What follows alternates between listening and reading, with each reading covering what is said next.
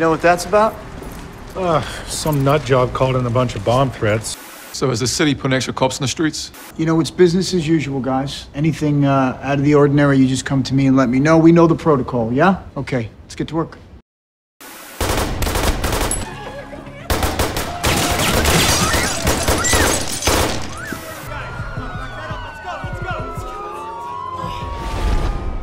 Jumpa lagi di Movie Man Universal. Ini adalah breakdown film yang berbasis action berjudul Reprisal tahun 2018 yang dibintangi oleh Frank Grillo, Bruce Willis, dan ex Miss Universe yang cantik jelita ini. Dia adalah Olivia Culpo. Film ini menceritakan Jacob, seorang manajer bank yang menjadi frustasi akibat perampokan di tempat kerjanya itu. Karena kejadian itu, Jacob harus kehilangan pekerjaannya, padahal dia sudah bekerja di sana lebih dari 10 tahun. Dia dipecat gara-gara gagal mengantisipasi perampokan tersebut, dan kini Jacob jadi pengangguran dan bingung harus ngapain. Padahal sebenarnya tinggal cari aja lowongan kerja di Job Street, ya kan? Seperti biasa, sebelum masuk ke breakdown film selengkapnya, pastikan kalian duduk nyaman bersama orang tersayang, lengkap dengan camilan kriuk-kriuk, lanjutkan kaki depan, dan tentunya bersama saya Ricardo Dos Santos de la Vega. Sebelum dimulai, intro dulu.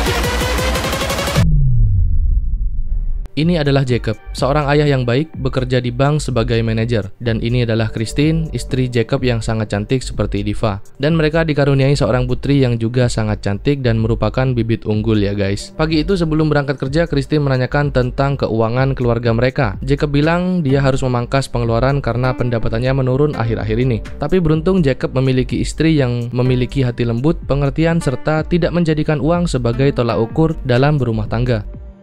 Setibanya di tempat kerja, banyak polisi lewat di depan kantor si Jacob. Kabar mengatakan bahwa ada informasi ancaman bom di penjuru kota, sehingga para polisi cepat tanggap semuanya dikerahkan ke sana. Tapi Jacob tidak terlalu menganggap hal ini sebagai hal yang penting. Dia tetap beraktivitas seperti biasa dan meminta seluruh bawahannya agar tetap tenang. Christina juga sempat menelpon. Dia resah karena ada ancaman bom di seluruh kota, sehingga universitas diliburkan. Di sini seolah-olah Christina mendapat firasat yang sangat kuat tentang kejadian yang akan menimpa suaminya itu. Dan benar saja, seorang berpakaian taktis lengkap dengan senjata laras panjang masuk dan menembak security di sana. Dia datang sendiri dan menembakkan senjatanya ke segala arah sehingga para petugas dan nasabah merasa ketakutan. Jacob di sini sudah mencoba dengan cepat untuk menelpon polisi, tapi nampaknya gagal karena keburu ditembaki. Perampok ini meminta semua uang pada teller untuk dimasukkan ke kantong tersebut.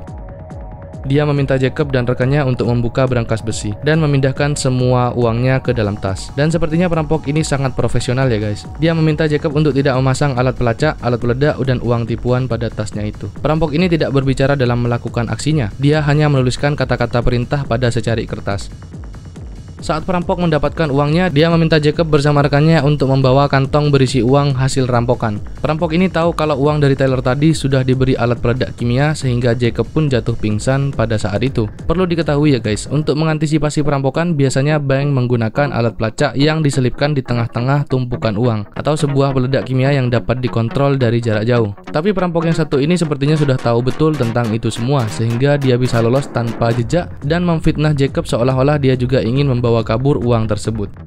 Setelah kejadian itu, Jacob diinterogasi oleh polisi penyidik. Namun dia tidak terlalu banyak memberikan keterangan karena Jacob sepertinya sedang frustasi dan terpukul atas kejadian tersebut. Kamera CCTV juga mati karena perampok tersebut membawa alat pengacau sinyal ya guys. Malam harinya Jacob masih dihantui kejadian perampokan tersebut. Dia tidak bisa tidur semalam suntuk hingga pagi hari. Jacob di sini merasa kesal karena tidak dapat berbuat apa-apa saat kejadian itu. Hingga tetangganya datang menghampiri. Dia adalah James, seorang pensiunan polisi yang banyak meraih penghargaan. Tentu saja James mendengar kabar buruk ini dan turut berduka pada Jacob. Kejadian itu sungguh membebani mental Jacob, sehingga dia tidak bisa lagi menikmati kegiatan yang paling nikmat sekalipun.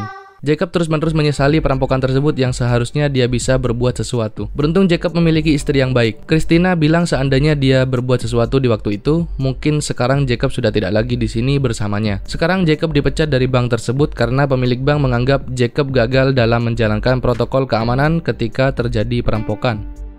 Christina semakin resah kalau Jacob tidak lagi bekerja. Bagaimana dia bisa memenuhi kebutuhan nafkah untuk keluarganya itu? Belum lagi untuk beli skincare, ya kan? Jacob berniat membersihkan namanya dan mencari siapa pelaku perampokan tersebut. Dia menemui James menceritakan segalanya untuk bisa menelusuri jejak si perampok tersebut. James bilang bahwa pelaku yang sama telah merampok bank di beberapa tempat sebelum merampok di tempat Jacob. Artinya, besar kemungkinan adalah orang yang sama mengincar uang tunai agar bisa langsung digunakan. Kalau dia merampok toko perhiasan, maka perampok itu harus mencari cara untuk menjualnya terlebih dahulu tanpa menimbulkan kecurigaan.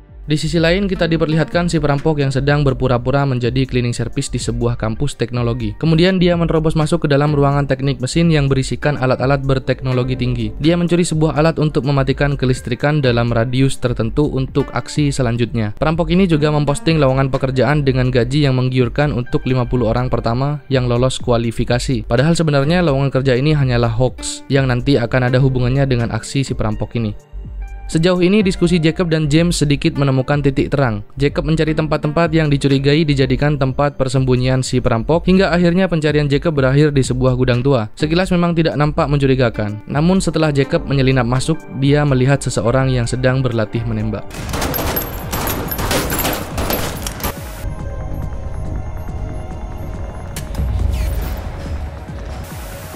Jacob menunggunya hingga dia pergi membawa motor RX King.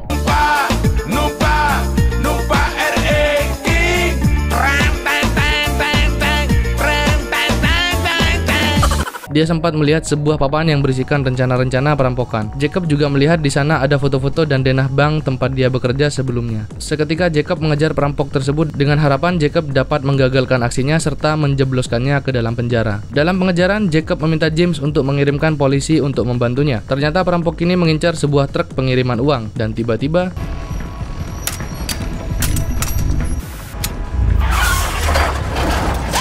sekejap kelistrikan truk itu pun mati, serta alat komunikasi juga tidak berfungsi karena alat yang digunakan sangat canggih. Saat petugas keluar, si perampok ini dapat melumpuhkan petugas tersebut dan salah satu petugas wanita terlihat ketakutan karena si perampok menembak rekannya itu. Jacob melihatnya dari kejauhan dan segera menghubungi James tentang lokasi perampokan itu. Karena polisinya terlambat, Jacob berusaha menghajar si perampok, namun nampaknya Jacob di sini kalah, guys. Aksi baku tembak pun terjadi antara si perampok dan polisi.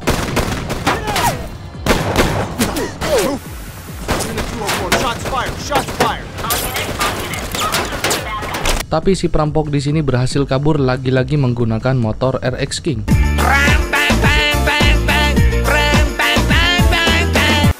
Tapi dia tidak membawa uangnya karena tergesa-gesa. Para polisi terus mengejar, tapi perampok ini mendatangi kerumunan orang yang ingin melamar pekerjaan seperti yang dia posting online sebelumnya. Sehingga para polisi kebingungan menentukan siapa yang harus ditangkap. Jacob diam-diam menemukan tas berisi uang hasil rampokan tadi di parkiran. Kemudian tas itu dia sembunyikan di halaman belakang rumahnya.